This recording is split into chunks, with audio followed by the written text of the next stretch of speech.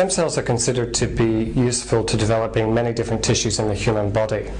And the idea is that one stem cell can develop into either many other different types of stem cells or into mature tissues, such as brain tissues or liver tissues. Stem cells can be sourced from a number of different places. Embryonic stem cells from developing embryos, cord blood from umbilical cord blood.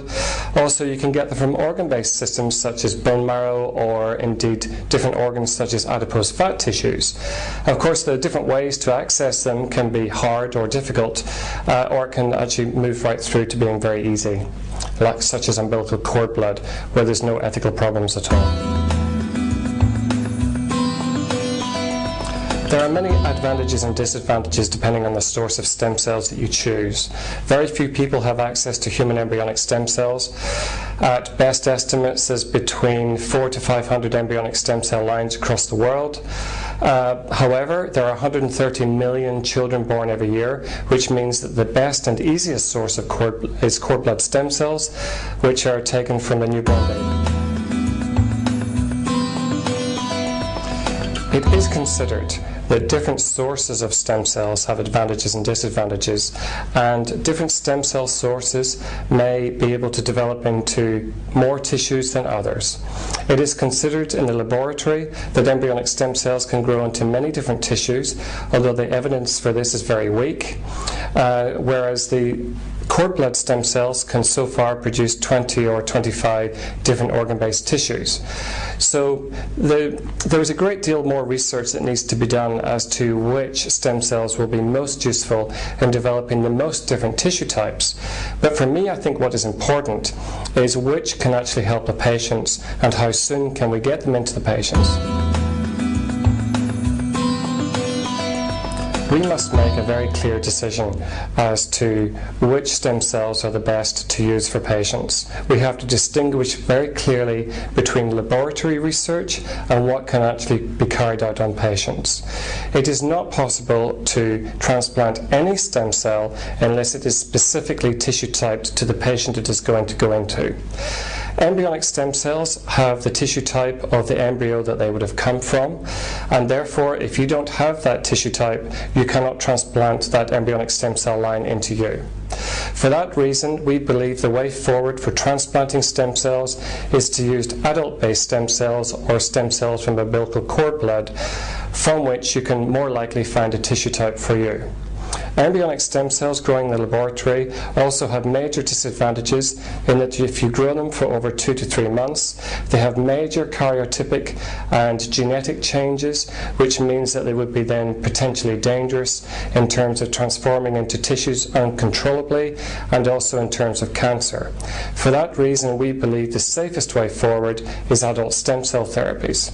But a word of caution for all patients, even those are potentially quite far away in reality from day-to-day transplant. Some people are suggesting that embryonic stem cells would be useful. Some are suggesting that animal-human hybrids would be useful. Some are saying that genetically modified cells, such as the so-called iPS cells of Professor Yamanaka in Japan, and some people are saying cord blood or bone marrow.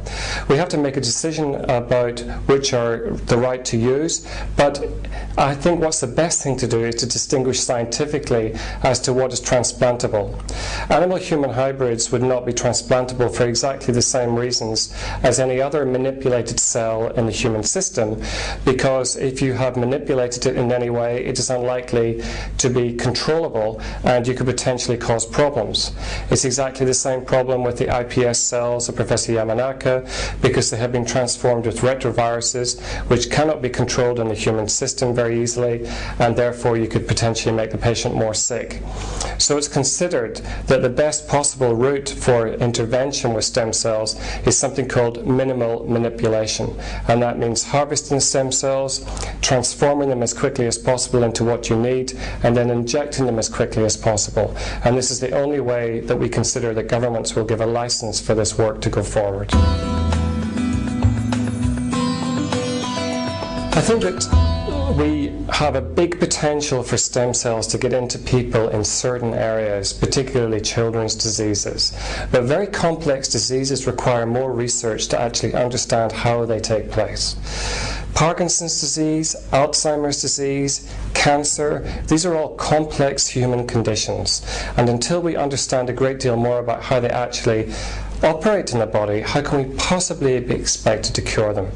I don't think it's reasonable to think that any stem cell source, no matter what it is going to easily overcome these human conditions. But things like umbilical cord blood, which were only transplanted for the first time about 20 years ago, have made an amazing contribution towards therapies. There are now over 85 conditions treatable or supportable with cord blood. And that includes a very exciting trial in Florida, regulated by the American government, using human umbilical cord blood to treat type 1 diabetes. It's not a cure, but it's a support. We're also seeing very exciting trials in America using cord blood to treat metabolic brain diseases in children, also cerebral palsy. Again, not necessarily total cures, but a potential support which is better than the current accepted treatments. So while we have a long way to go, there is much excitement. Stem cell science cannot have any credibility if it overhypes stem cells for the future.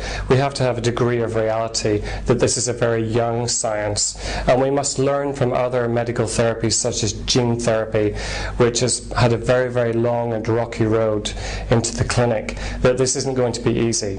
We must be honest with patients particularly, that if it's not ready for them, we shouldn't be suggesting it for them. We should try to make sure that people are not travelling abroad to unregulated clinics on the basis of the hype that they read in newspapers, because there are some people out there who don't care about the reality and will try to rip them off. We have to, most of all, not give people false hope, and we must be honest.